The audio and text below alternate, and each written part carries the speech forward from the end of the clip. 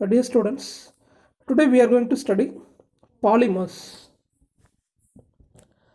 So, polymer is a macromolecule. A simple molecules will join together to form a macromolecule called polymers. So, the word polymer is derived from Greek language.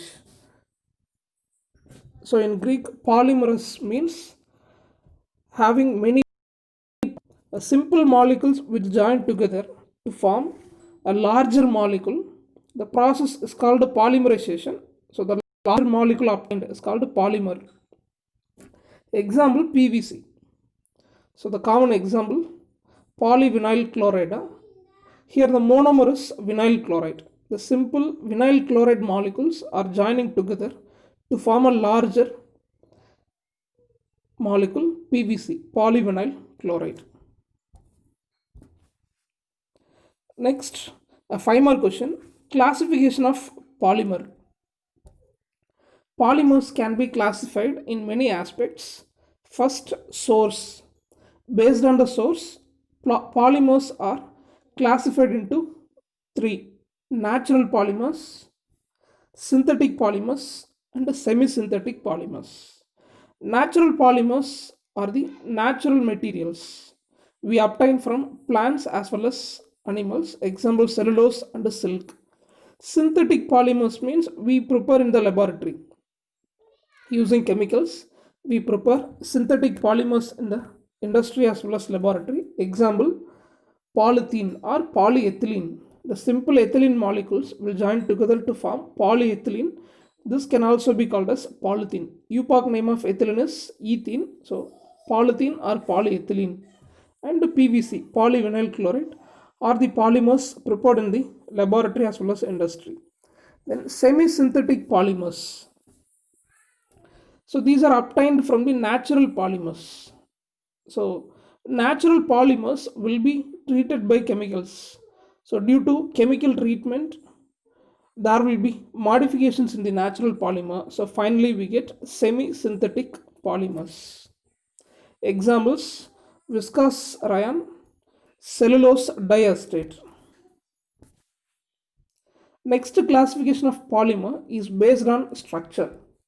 As we know that polymers are a larger molecule, a giant molecule, there will be chain in the polymer. So this is an organic compound. So there will be a longest chain. Based on the arrangement of monomers, that means based on the structure, we have classified polymers into three categories. First, linear polymers. From this, we know that the chain will be a linear chain. One single largest chain will be there. So monomers are continuously bonded to make a larger, a lengthy single chain. So we get linear polymers like HDPE as well as PVC. Branched polymers means along with a single chain, one main chain will be there. From that, there will be branches, there will be substituents. So, polypropylene, LDPE are examples of branched polymers. Then, cross linked polymers means more than one main chain will be there. In between the chain, there will be cross linkings like a backlight. Right? So, in between the chain, there will be one more branch. The branch will join two main linear chains. So this is called cross-linked polymer. Example bakelite, melamine, formaldehyde. Next classification is based on forces operating in the polymers. So based on the forces present between the molecules, polymers are classified into four categories. First, elastomers.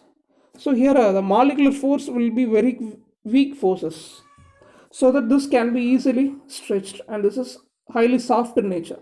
So elastomers are soft and stretchy in nature, and example for elastomers neoprene, Bunaeus, Bunaen. Next one, fibers. Polymer chains are joining together by hydrogen bond. One more question. what force is operating in fibers. Polymer chains will join together by hydrogen bond so that they are forming fibers. So it has a high tensile strength. Example, nylon 66 and terylene. Next, in our lower classes, we already studied thermosetting plastic and thermoplastic. So they are also polymers. Plastics are also polymers. First, thermoplastic.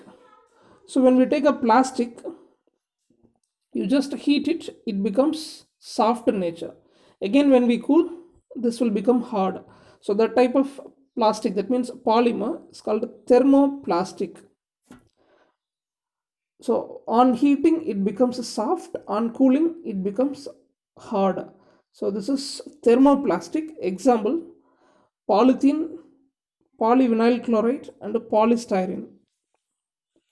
Next one, thermosetting plastic or thermosetting polymer. When we heat, it won't become soft. It becomes infusible mass, right? So it will not become soft. So we cannot stretch it.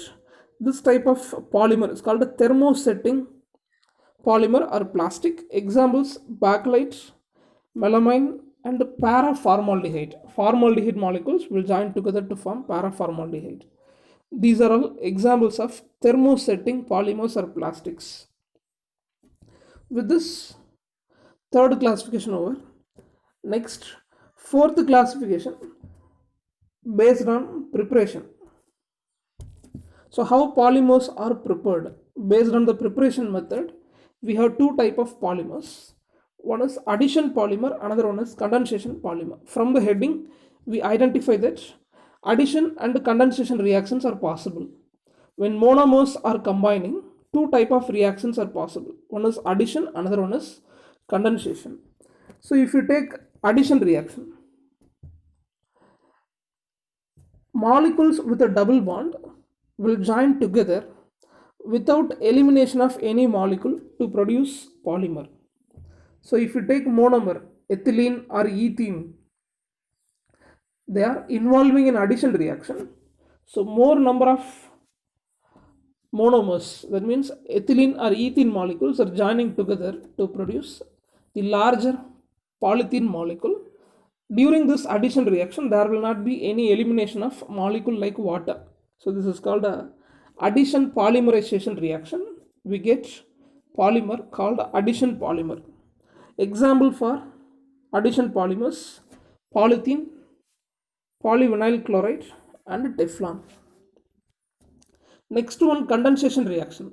So two molecules will condense together with the liberation of molecules. So like water or ammonia, molecules will be liberated during this condensation reaction. So we get condensation polymer. So these two are the important polymerization reactions, addition as well as condensation. Example for condensation polymer: nylon 66 and polyester. So ester molecules will join together to form polyester. So with this classification of polymer over. Next one, preparation of addition polymer and condensation polymer. So many addition polymers and condensation polymers will be prepared. During this preparation, what is the mechanism? That is the question. So addition reaction will take place via what mechanism? For that, we are having three type of mechanisms: free radical, cationic, as well as anionic. So as we know, there are two type of reactions to prepare polymer. One is addition, another one is condensation. So we call the process as addition polymerization and condensation polymerization. Addition polymerization will take place in three ways: by free radical mechanism, cation, as well as anion. In our book, free radical mechanism is given a 5 mark question. Explain the addition polymerization by free radical mechanism. So when we consider any free radical mechanism, it may be substitution reaction also. We have free radical substitution also. When free radical is involved in the reaction, there will be three common process. One is initiation, Number 2, propagation. Number 3, termination. So when free radical is acting as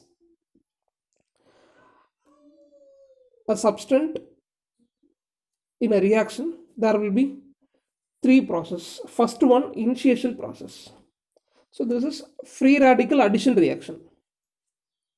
So first step, initiation process. Initiation represents there will be a product radical. Free radical will be produced by an initiator. So one more question. Benzyl peroxide is used as free radical initiator. Benzyl peroxide will create free radical. So we are going to prepare polystyrene. So the monomer will be styrene molecule. So monomer will be added with this free radical initiator. So during heating of monomer with free radical initiator, benzyl peroxide, we get finally phenyl free radical. C6H5 phenyl, and it has a single electron. So this is phenyl free radical. The process is called initiation process. Once free radical is produced, this will involve in the addition reactions. This is free radical addition. Next step, propagation. Propagation is the addition of free radical with substrate, that means monomer. So we are going to prepare polystyrene. So monomer is styrene molecule. So the formed phenyl free radical is added with the monomer. Due to the addition of phenyl free radical with styrene monomer, we get stabilized free radical. And this becomes a chain reaction. So by adding monomer with the free radical, we have obtained a stabilized free radical. This will not stop. Again, this will combine with one more monomer molecule.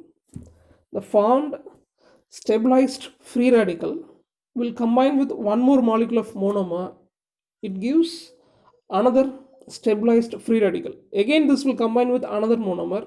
So the reaction becomes chain reaction. Continuously, the chain will extend. So we get a polymer chain. So that here subscript N is represented.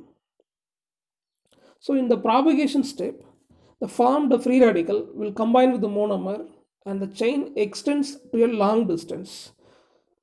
So we have to stop the reaction. We need a polymer, so the reaction has to be stopped. So third step is termination process. Termination means we stop the reaction. Since propagation is a continuous chain reaction, we are going to stop that. Three things can be done to terminate the reaction. Number one, we can stop adding monomer because continuous supply of styrene molecule will make the reaction as a chain reaction. So we can stop the supply of monomers, first way. Second way, we can add impurities like oxygen.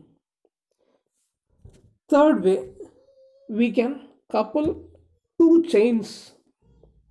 So when the polymer chains are coupled, two polymer chains are coupled, we get finally polystyrene molecule.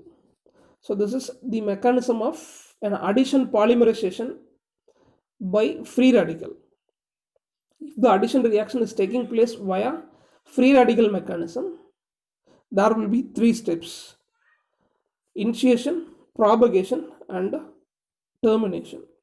So this is a 5 mark question. So with this, today's class over. Tomorrow we are going to study the preparation of some addition polymers and condensation polymers. Thank you.